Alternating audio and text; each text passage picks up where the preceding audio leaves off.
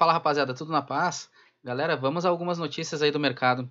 Pessoal, a China, ela está com tudo nas repressões, né? Agora a Exchange Huobi, a quinta exchange na posição do CoinMarketCap, anunciou que devido às medidas impostas pelo governo da China, encerrou todos os novos cadastros e os já existentes serão aos poucos encerrados até o final do ano. Ressalto que isso é apenas na China ainda. Essa medida começou logo após o governo declarar que operar com criptomoedas será ilegal, mas não é só ilegal. Eles deixaram bem claro que qualquer pessoa ou empresa que facilite a negociação de Bitcoin ou qualquer outra criptomoeda dentro do seu país está infringindo a lei, inclusive as exchanges estrangeiras que prestam esses serviços aí aos chineses. Esse é o famoso comunismo, né? Um país que bloqueia a internet do próprio povo, bloqueia redes sociais como Twitter, Facebook, bloqueia a Wikipédia para o povo não ter informações sobre a história. Até o Google foi bloqueado.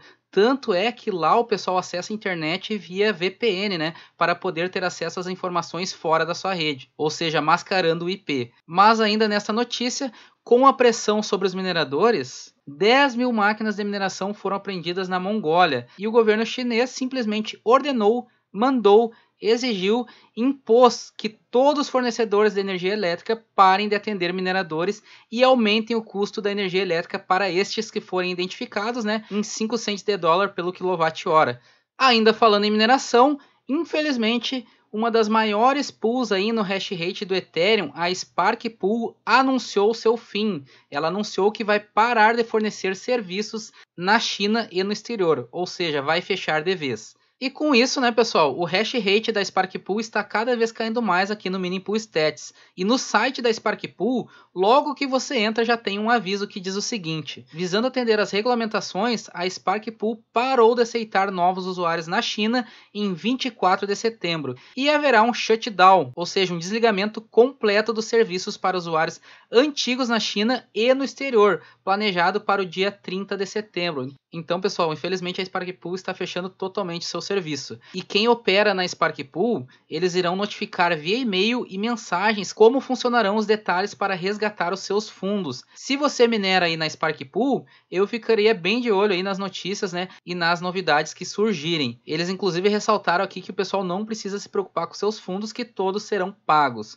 De fato, é muito triste aí saber que um governo deste foi capaz de prejudicar uma das pools mais antigas existentes no mercado. Não só isso, né, o governo acabou prejudicando também milhares de pessoas que operam com criptomoedas em seu país, simplesmente pelo fato de poder regurgitar, né, leis como quiser. E com essas atuais situações de proibições, banimentos, etc., as exchanges descentralizadas e seus tokens estão ganhando mais e mais e mais público. Não é à toa, por exemplo, que a Uniswap, uma DEX baseada na rede do Ethereum, subiu 50% nas últimas horas. Mas isso acaba levantando algumas preocupações. Será que depois das exchanges centralizadas serem regulamentadas aí pelos governos de diversos países, o próximo passo não será tornar as DEX aí ilegais? Afinal, não tem como o governo saber, né, quanto que você tem numa DEX alocado, até porque você linka uma carteira externa e não tem dados do usuário. Galera, mas nem tudo são notícias ruins, né? A carteira Chivo do El Salvador tem mais usuários ativos que qualquer banco do país, isso segundo o presidente de lá, né, o Bukele.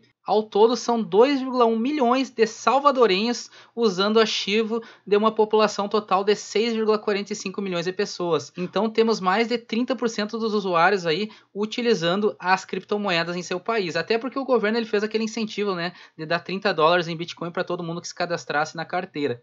Inclusive, o próprio Bitcoin agora pode ser utilizado para efetuar pagamentos de contas básicas lá no El Salvador. Agora, contas como água, por exemplo, pode ser pago em Bitcoin. E isso aí legalizado, viu, pessoal? Ou seja, o país aí se prontificou a legalizar essa situação. E como sempre comentamos, exchange não é carteira. Isso é refletido na quantidade de Ethereum que estão nas exchanges centralizadas para trade hoje. Ao todo, hoje, são 84% dos Ethereums emitidos até agora longe de exchanges centralizadas, né? Ou seja, em carteiras anônimas. É basicamente o povo se defendendo aí contra o governo.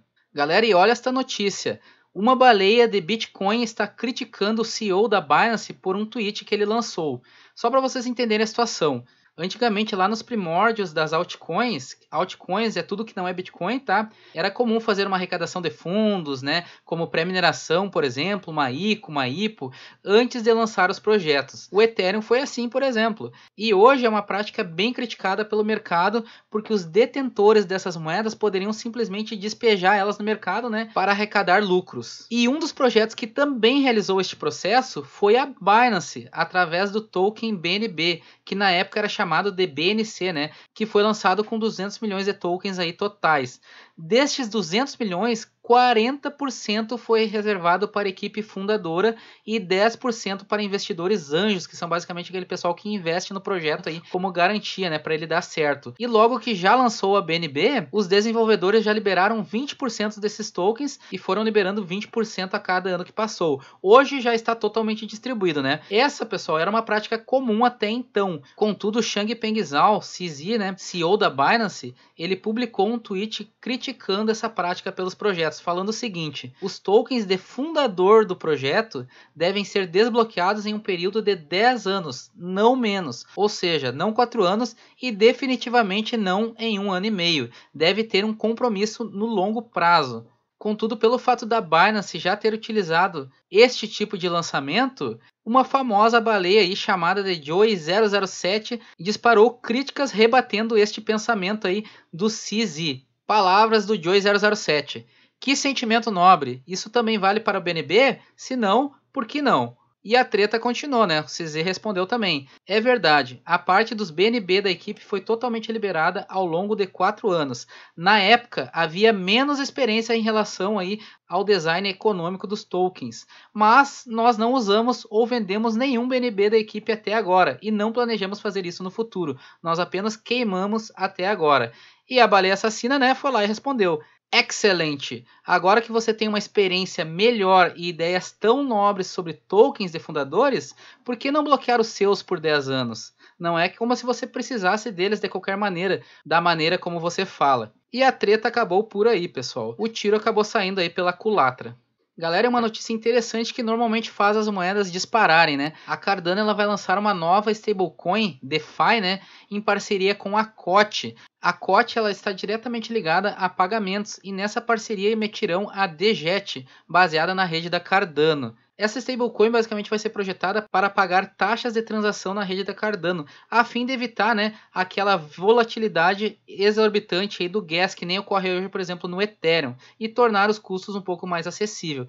E como é de praxe, quando ocorrem essas atualizações e parcerias, o preço das moedas sobem.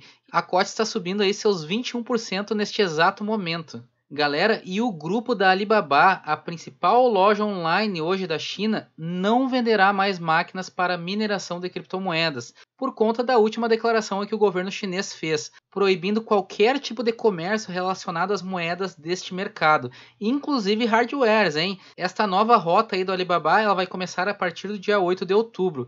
E vale ressaltar uma coisa, os donos aqui do Alibaba são os mesmos donos, por exemplo, do AliExpress. Então talvez aí eles estendam também essa regra aí para o AliExpress. Não sabemos se restringirá apenas na China, mas é provável que comerciantes chineses de hardware da mineração comece a assumir destes sites, né? Uma vez que eles estarão aí na mira do governo. E o buraco ele pode ser mais embaixo ainda, porque é da China que nós compramos aí vários hardwares de mineração, né? Não só as máquinas específicas aí, ASICs, mas como Riser Card, placas de vídeo específicas, multiplicadores, fontes aí de servidores para mineração, ou seja, são vários equipamentos que nós utilizamos aí o AliExpress para estar comprando. Talvez o preço dessas coisas agora baixem para eles liquidarem estoque ou eles subam porque talvez parem de produzir. Não sabemos ainda qual será a extensão dos danos nessa situação. Bom, pessoal, o vídeo de hoje foi este. Desejo sucesso a todos vocês e tamo junto.